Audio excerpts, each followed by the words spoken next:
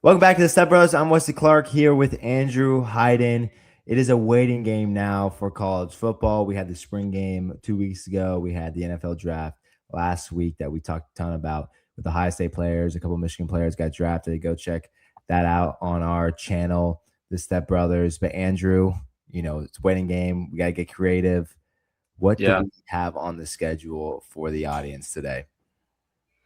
Yeah. So we're going to dive a little bit deeper into the Big Ten. Obviously, we talk a lot about Michigan and Ohio State, but we're going to talk about some Big Ten overall. We're going to talk overrated teams that we think are potential dark horses for next season. Then we're going to give our contenders, maybe unbiased in this. Mine, I tried to be unbiased. I don't know about Same. you, but I did. I was. yeah. So we'll go into that, dive into the overall Big Ten outlook going into 2026, and yeah. All right, so we'll do contender for. What do you want to do first? Yeah, let's go contender. Okay, we'll go contender. We'll go. Go contender first. So top contender. I'll let you start. What are you thinking? Yeah, this team has been trying. It's been trying for a while to get to the national championship. It's been in the playoff. They did win the Big Ten their first year in the Big Ten. That's going to be going with Oregon, with Dante Moore coming back. I also had Oregon. Yeah, exactly. With Dante Moore coming back, I don't really care about Dylan Raiola. There can only be one quarterback on the field at a time. I think Moore will get 99% of the snaps. He's going to be that guy. He's going to be probably a top 5 pick. He was supposed to be probably the number 2 or number 3 pick this year. He wasn't. He came back for development purposes. I don't blame him. I think that was a good choice and good for him. So, yeah, I'm going to go to Oregon with Corey Parrish, second best safety in the Big Ten, probably behind Caleb Downs. Also transferred from Minnesota to Oregon. So you got the defensive side. They got a couple transfers just from around the country. They had a good recruiting class. Not that might not matter for this year, but it's all kind of working out for Oregon, except maybe on the getting deep into the season. They've had great regular seasons. They lost to Indiana last year, beat Ohio State 2 years ago, then lost to Ohio State in the Rose Bowl. So just when it matters, that's where they have struggled big time. Yeah. I don't think having Oregon as a top contender in the Big Ten is a hot take by any means. But I mean, they just have such a culmination of talent. I mean, it's going to be. The question is more so not can they compete in the Big Ten, but right, they're looking to make that next jump. They're trying to compete for a national championship. School's never won one. Like you said, Dante Moore, they're going to get Evan Stewart back from injury. They still have DeCorian Moore. They'll be loaded at receiver. We know what Oregon does on the recruiting trail. Naheem Offord will probably play as a true freshman at corner. The defensive line, I mean, they return a ton of just absolute dogs in the defensive line. Mateo Uyunglele, Tatum Tuioti, I think is how you say that, and then Amari Washington. I had Coy Parrish written down as well. Dylan Thieneman was great for them last year, but Coy Parrish, like you said, probably even better. So yeah, in the areas where it's not a sure shot, right? Like on the defensive line and at quarterback where they have the returning guys, they just have so much young talent that I think you can trust them to fill the gaps. The only thing that I had written down is maybe could be a fault for Oregon this year is their offensive line. They only return one starter, losing Pregnan, Isaiah Worlds, Alex Harkey, all to the NFL. They've got a lot of young guys and inexperienced guys they're going to be leaning on. They got Yale transfer offensive tackle Michael Bennett, who should start for them. But outside of that, I mean, their roster is absolutely loaded. Culmination of years upon years of the highest level recruiting in the nation. And we'll see if they can finally turn it into a national championship. Yeah, it's kind of flipped. They've had a very solid offensive line. Now that just one returning. When you flipped over to the defensive line, Uiagalelei, they're looking for a huge year for him. He was a 5-star recruit. This could be an opportunity for where he can get into maybe a lottery pick late in the first round. I mean, no surprise if he gets in early in the second round in next year's draft. So yeah, I mean, I agree that the defense. This is kind of the year that they stepped up in games. You saw against IU, they struggled big time. They gave up a lot of points. I know at times against Ohio State, trying to stop Travion Henderson and Quinton Junkins. This is the same D line they've had the last couple of years. They couldn't do it. Even when they beat Ohio State, they gave 31 points. So this is going to be a big year. Dante Moore, like you said, he's got his weapons. It'd be more shocking if he doesn't do his job than if he does. So if I'm Oregon, I'm not worried about that. O-line definitely going to be the issue, if it's even an issue. But yeah, Oregon definitely is going to be up there just in general for all of college football because of what's returning. Yeah. Oh yeah. Dante Moore, Evan Stewart coming back from injury, if he can come back from, that was a significant injury that he had. But the defense is what I'm looking at for Oregon, and think that their last year was kind of a stepping stone into 2026. Yeah. And we'll get to see them against, some of the better teams in the Big Ten. They play Ohio State. That game's at Ohio State, right? Yep. Michigan going on the road to play Oregon. So we'll see them in some big games this year. We'll see if they're up for it. I do think the defensive line, obviously they did not look great against Indiana, obviously, but they did absolutely eat against Texas Tech in that quarterfinal game. Oh, yeah. I think the guys are in the room. The guys are there. Can it just all culminate into, can the team take that next jump and consistently, right? We've seen Oregon teams the past few years look really good and then lay an egg, right? That's what they've done the past 2 years in the playoff. So, yeah, we'll see. Yeah, I mean, exactly. That 2024 team, I think you got later in the year, they struggled in a regular season game, and they almost lost to Penn State in the Big Ten championship. And then all of a sudden they lost to Ohio State in the Rose Bowl. So if they can kind of get in the end of the season with still a lot of gas left, then you could see them in one of these last 4 teams in the playoff. But we can go to overrated. I'll let you go first. I'm interested to see if we have the same team here. I have a feeling we might, just because we've talked about this team before. My overhyped team is Penn State in the Big Ten for 2026. That's not who you had? Nope. Okay, good. Okay, good. ESPN has Penn State number 15 in their way too early rankings. It's only 1 spot behind Michigan. They have a really easy schedule. I think their win total on FanDuel or whatever sports book it is 9.5, because they just avoid all the best teams in the Big Ten. They don't play Ohio State. They don't play Oregon. They don't play Indiana. They do play Michigan and USC, but I just, last year they went 5-4 in a very top-heavy Big 12, right? BYU, Utah, and Texas Tech were kind of the cream of the crop in the Big 12 last year. Iowa State had a good start to the year, but just kind of trailed off. Matt Campbell brings over pretty much that entire roster to Penn State, led by quarterback Rocco Becht. I just think that Penn State might be in for a little bit of a rude awakening when it comes to how that talent matches up with talent in the Big Ten, right? I think my thought is that we're going to look at this year and you're going to realize that the talent that's going to be at Penn State this year, not going to be that different from some of the other teams in the middle of the Big Ten. They play at Northwestern, I think, in early October. That's a game I think those two rosters right now might be pretty similar, in my opinion. So I think Penn State has just, the past, they've had a good, I know that they haven't reached the mountaintop, but they've had a good stretch of the last, 3-4 years, whatever it may be, outside of last year. I think that rebuild back to success might just take a little bit longer than Penn State fans hope for, and I think that's going to come to light this year. That's my thought. Yeah, I think when you fire Franklin, in the minds of the AD or Pat Kraft, what a normal AD would think is, this was a big hit on us. This might take a few years. Okay. Yeah. That hiring job was just horrendous. It was. They were the first ones to be looking in the market, and they end up being one of the last to hire. Yeah. So it has not worked out for them. They lost a ton of recruits. Matt Campbell essentially has the same winning record against top 25 teams as James Franklin.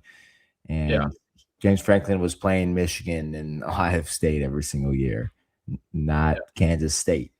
Right. And I like Matt Campbell a lot. I think he's a really good coach, and it doesn't mean I don't think Penn State's going to be good under Matt Campbell. I just don't think the pieces are there yet, like they might think. No, they're not. And Chaz Coleman, he transferred to Tennessee. He was somebody that if Yeah. in the reality where Penn State went to the playoff this year, whether they lose or not, Franklin's there, Coleman stays, and he's one of the building blocks to try to get back to the national championship. They were a drive away from doing that, but Drew Allard, who struggled a lot in college and didn't develop Mhm. as much as people thought, cost them the game. And I think we would be having a different conversation even if Penn State went into the national championship and lost Ohio State. Franklin, I would still be there, but he wasn't. And Coleman left. A lot of guys transferred to Virginia Tech to follow Franklin, which Mhm. was really no surprise to a lot of people around the country. And yeah, this is going to be a struggle for Penn State. Yeah. And they've been recruiting pretty well in the 2027 class so far. I've just noticed from seeing different posts and things, but yeah, I haven't seen anyone like picking Penn State to win the Big Ten. No. But I think there are people that think they can hit 9 or 10 wins, and I just don't see it happening. I think my take is that I think Penn State will be unpleasantly surprised with how the season goes this year, and Virginia Tech under James Franklin will be pleasantly surprised with how the season goes this year. That's my thought. Yeah, I agree. I think Virginia Tech just in general got very lucky. They fired Brent Pryor yeah. at a good time, and Franklin just over 2 months later after Pryor was gone, he was hired. Franklin was, and everything changed from being the recruiting class from 170 to all of a sudden it was 25 in the top 25. So that'll be good. Penn State cannot say the same thing for them. But for my overrated, I'm going with Iowa. They were. I thought about Iowa. They were close. I mean, if they beat Oregon in that game, I believe they lost 18-16 on a field goal at Iowa. Yeah, something like that. They would have a chance to get in the playoff. They have great coaching staff. Tim Lester has done a great job. He came last year. They have scored 29 points a game last year.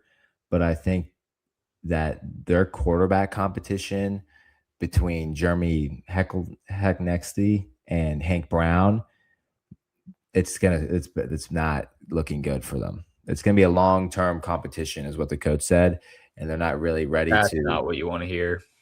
Yeah, so I don't think they have struggled a while with quarterbacks, and Tim Lester's gonna have to face a pretty good schedule next year, and I think they're gonna be taking a step back.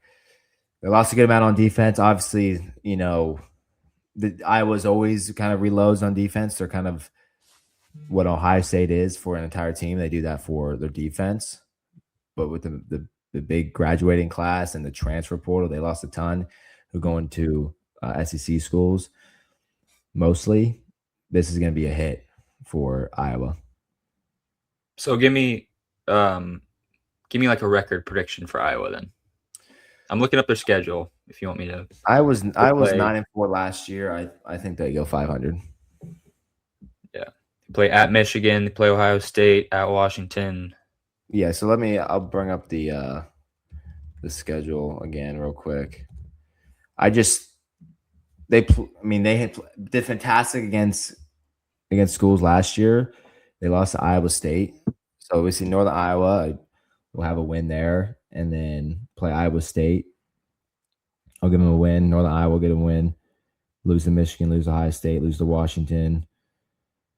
I think they lose to Minnesota. No, they beat Minnesota, lose to Wisconsin, lose to Northwestern, beat Purdue, lose to Illinois, and then lose to Nebraska.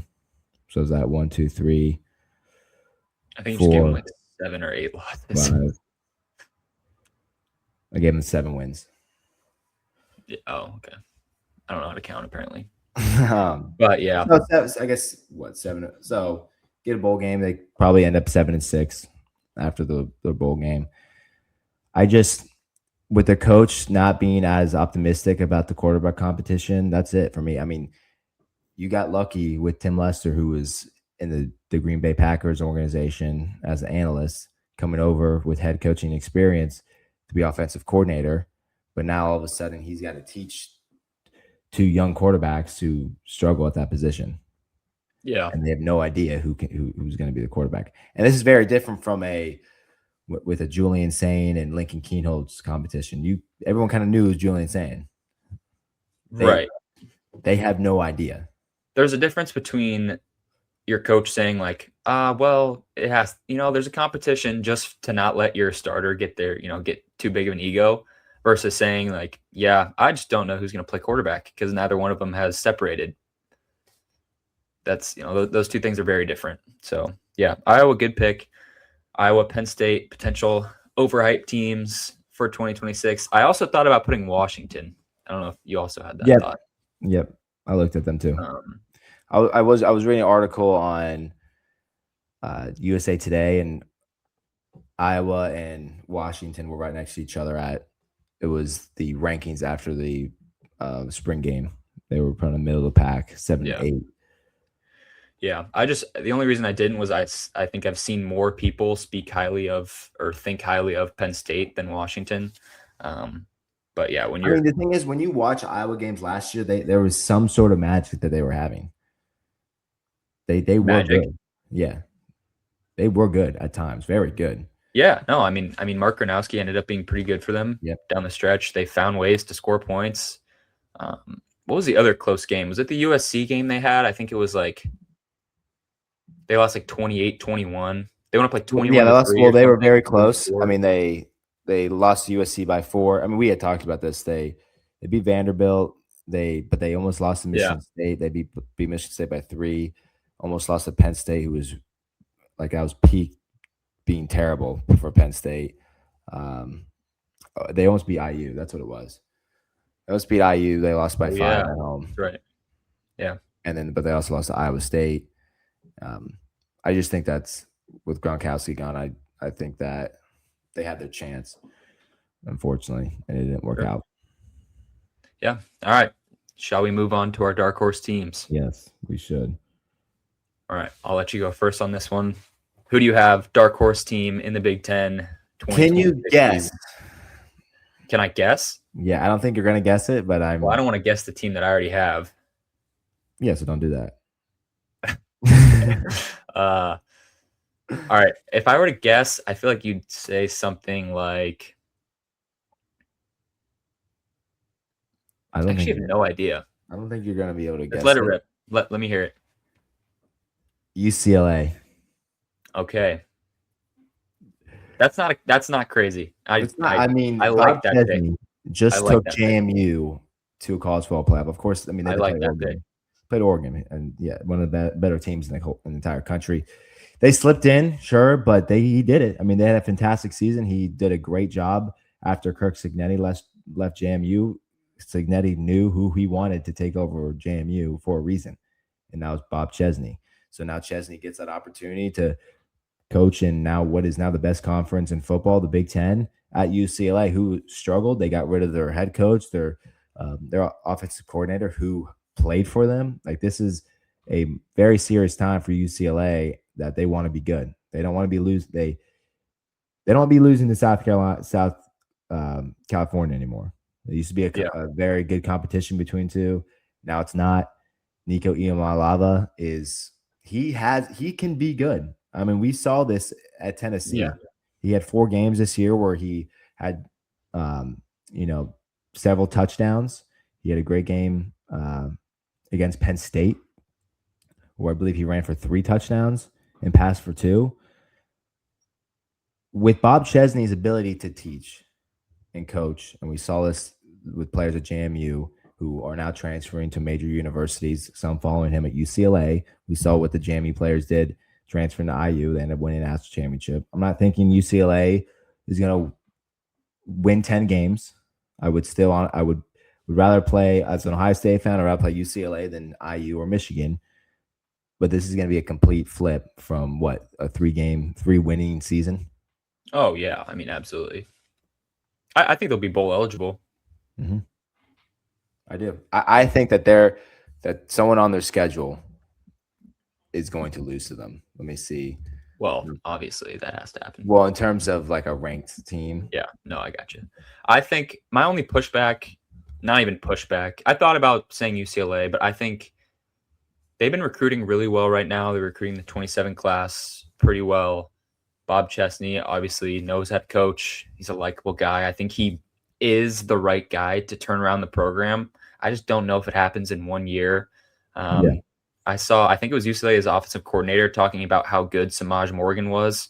And right there, I was like, don't know if, after watching what Samaj Morgan did last year, I'm not sure if he's the type of guy you can rave about as like your wide receiver one and be a really good team in the Big Ten. No shade to Samaj, but yeah, I mean, I think they will be good in the future. I think at times Nico will have to take over. He'll have to be Mahomes, which he did against Penn State when Franklin was still there, where he had 5 touchdowns. Yeah, and he'll have to just tuck it. Looking at the schedule, I mean, it'll be tough against Michigan, USC, but we're playing San Diego State, Cal, Maryland, Purdue, Michigan State, Nevada. They could be Illinois, who lost a good amount, some talent this year. I will not look twice if they make a bowl game after new talent, new coach, and Nico being in his 3rd full year as a quarterback. No, yeah. I really like the direction they're heading. I think that's one of the better hires of the cycle, considering where UCLA was, considering that the past few years in the NIL era, they haven't had the best booster support. But I think that's starting to turn around. And yeah, I like your pick there. All right, going into mine. My pick. Let me guess. Okay, go ahead. Can you? It's okay, not. So you went more like a team that was bad that you think could be pretty good. I went like a team that was decent, who I think can contend for the league. That's what I meant. That's what I'm contend for the league. They can contend. So you're saying that they were mid? They were mid. You're saying that last year that the team that you picked was mid? Sure. Probably a little bit better than mid, but sure. Okay, well, so it wasn't Washington, and it's not going to be Iowa. It's not Penn State. Nope.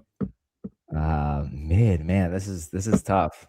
I think mid might be a little brutal for their season they had last year.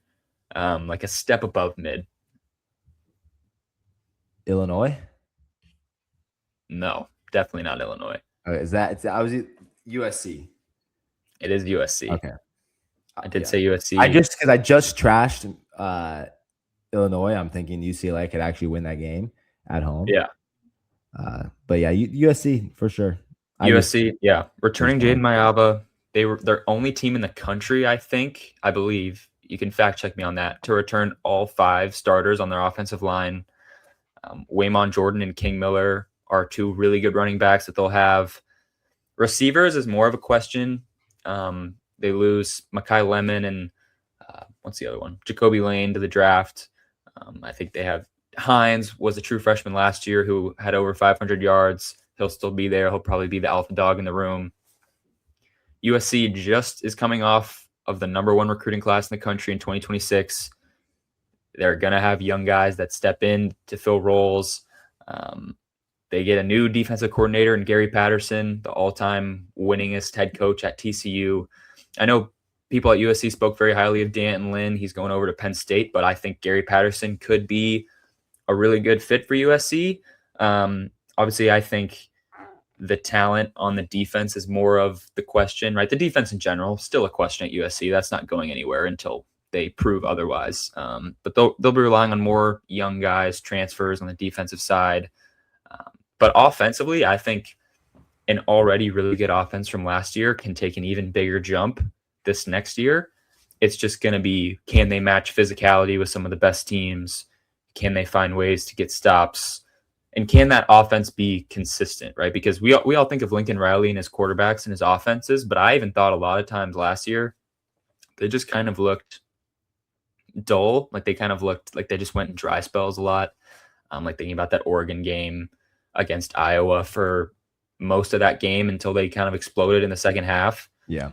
But yeah, USC, my pick. It's a lot of pressures on this year for USC. Maybe the fate of Lincoln Riley at USC relies a lot on the success of this year. So we'll see. Who I really like on USC, you might say his name, Waymon Jordan. Waymon Jordan. Yeah. He had 2 games where he had over 150 yards. Now, one of them was against Georgia Southern, and the other one was Michigan State, but he almost had 100 yards against a very talented Illinois defense last year. He did struggle against Michigan, which I don't know if you. I mean, I guess Michigan's Um, defense was better than their offense. I think he might have gotten hurt in that game Okay. because the Michigan game was where King Miller, who was a walk on, he was like third string, stepped up and he went off against Michigan. I mean, he was the one who ran for the 3rd and 22, I think. Okay. Got it against Michigan. So Yeah. I mean, I but think it either was an way, injury thing. you see his flashes. I mean, this is kind of Yeah. what you see with. I mean, was he a junior? Yeah, he's going into his junior year. I mean, yeah, I mean he's gonna be good. This is flashes that you see from a sophomore and freshman, and all of a sudden their junior and senior year, they look like a J.K. Dobbins or Yeah. someone like that. So yeah, this is they've just like Oregon. I'm actually excited. They're playing each other, so I would like to see this game. Yeah. No, they should be one of the best offenses. We'll see on the defensive end. I mean, they're getting a new look there, like I said. So we'll see. But we can go through the schedule real quick. I see the San Jose yeah. State, Fresno State, Louisiana, Rutgers. Then they play Oregon on September 26th, which, man, Oh, that's early. That's early this year. I would like to see that. That's going to be fun. I mean, so many Yeah. guys returning in that game. The defenses are better on both sides. Oregon probably has the edge in terms of talent, but then USC is home. So I'm interested in a line. This will probably be a 2.5, 3.5 line for Oregon. That's it. Yeah. For this game. Yeah. Ohio State going on the road to USC as well. Yeah, I've thought about going to that game actually to go out to LA. That'd be kind of yeah. I've been to LA a couple years. Cool stadium, Coliseum. I've never been, so I'm kind of interested to see that. But USC is good. I mean, they're. I'm not too hyped about that game for Ohio State. It's gonna be a tough schedule. No, I'm glad Michigan's not playing USC this year, especially after what happened when we faced them last year. Right. Yeah, I think they just, if it's going to be a year that they make the playoff, it has to be this year. I don't see, strictly in terms of the talent that you like, the guys that you have on the team. I don't know if you surpass this in the next few years. Obviously, the young guys are really good coming in, but. And I had sent you a tweet the other day. It was Bleach Report had a little article on Lincoln Riley on this is the time for USC, and I said he just put himself on the hot seat by that comment. I mean, yeah, if he wasn't already. Right. I mean, if they don't make the playoff this year, he's gone for sure. I don't know if he's gone. I don't think that the administration at USC feels like Lincoln Riley's on the hot seat as much as like the general public does or the college football public does. I mean, they were going to national championship games, and all of a sudden you get Lincoln pull a bunch of money taken from Oklahoma. I know, but I mean that's what they don't have Reggie Bush. I mean, they got Waymon Jordan, but they don't have Reggie Bush. I know, but you bring over Caleb Williams, who had a disastrous senior year or junior year, winning 8 games. Luton can never beat Utah. I mean, he did win the Heisman. Oh, I guess that was the sophomore year. But that's a personal award, either way. Yeah. Oh, yeah. Junior year, that was one of the worst college football defenses I've legitimately. They lost to Tulane. I mean, I remember watching that Cotton Bowl, and they could not stop Tulane. They couldn't stop a nosebleed, dude. It was. I mean, Caleb Williams was doing insane things on the offensive side, throwing across his body, throwing for 400 yards a game, and they would just get gashed on the defense. And their schedule is favorable. They obviously play UCLA at the end of the year, Maryland, Wisconsin. I think Wisconsin will have a better year, but then Penn State, who is your overrated team, Washington, lost talent, Rutgers, Louisiana, Fresno State, San Jose State. They're going to have to beat either an Oregon, Ohio State, or IU. Yeah, win one, and you're probably going to have to win one. Yeah, which I think they can. And you can't get upset. I think their best chance to do that is actually against Indiana. Yes, if I were to choose. Yeah, I mean they do play IU in the road, but just the talent dip with IU is a lot different than compared to Ohio State and Oregon. Dude, and if you want to talk about a ranked team going to play UCLA, how that could be scary, that game at the end of the year. I feel like UCLA this year will also be a team that definitively gets better over the course of the Yeah. season. Yeah, that's a good point. And that's to play spoiler against your rival to knock Yeah. them out of the playoff. That's that could be that game right there. Yeah. So that'll be interesting. But yeah, so I had what I have Iowa, and then I had I have it here. Both had Oregon as our contenders. So we both had Oregon. I had Iowa. You had Penn State. I used UCLA, and then you had USC. USC. Yeah. So it should be a fun year in the Big Ten. There's a lot of good teams. Obviously, we have a decent idea of what teams are going to be close to the top, but there's a lot of teams in that kind of top third, edge of the top half that are looking to make that jump. Michigan, USC, Iowa, like you said. I think they're. What'd you say? Well, what I thought was interesting last year is besides IU and Ohio State, there was in Oregon, there was like this fourth spot that was kind of possibly going to Michigan, USC, and you could possibly see that next year with these schools. Like there's going to be like this open spot that's up for grabs if Ohio State continues to do what they do, and Oregon lives up to what they're supposed to do, which is probably be the best team in the Big Ten. How many Big Ten teams made the playoff last year? Was it 4 or 3? It was 3, right? I think it was 3. It was IU, Ohio State, and Oregon. Yeah. Okay, I was trying to remember. But there was talks about a fourth, and then Michigan lost Ohio State. Right. Yeah. USC lost another game. Yeah, because they would have put in another Big Ten team. Maybe. I mean, I think now they would because even Kirby Smart has come out saying Big Ten is the best. I think the tide has officially shifted, and they've understand that. Yeah. But yeah, this is good. We're gonna come up with more creative ideas each week. Yeah, we'll have plenty more for you guys. This was fun. I enjoyed doing this guessing game. Got some predictions.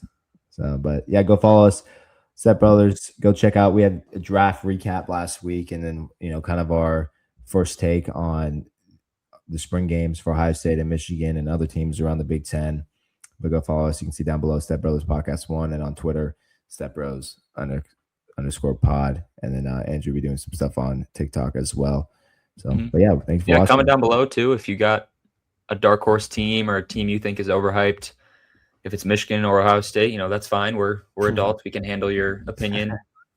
Give us your top contender. Yeah, like you said, long off season, a lot of time to talk before games actually get here. But yeah, it'll be a fun year in the Big Ten for sure. It will be. We'll see you guys next week. Thanks for watching.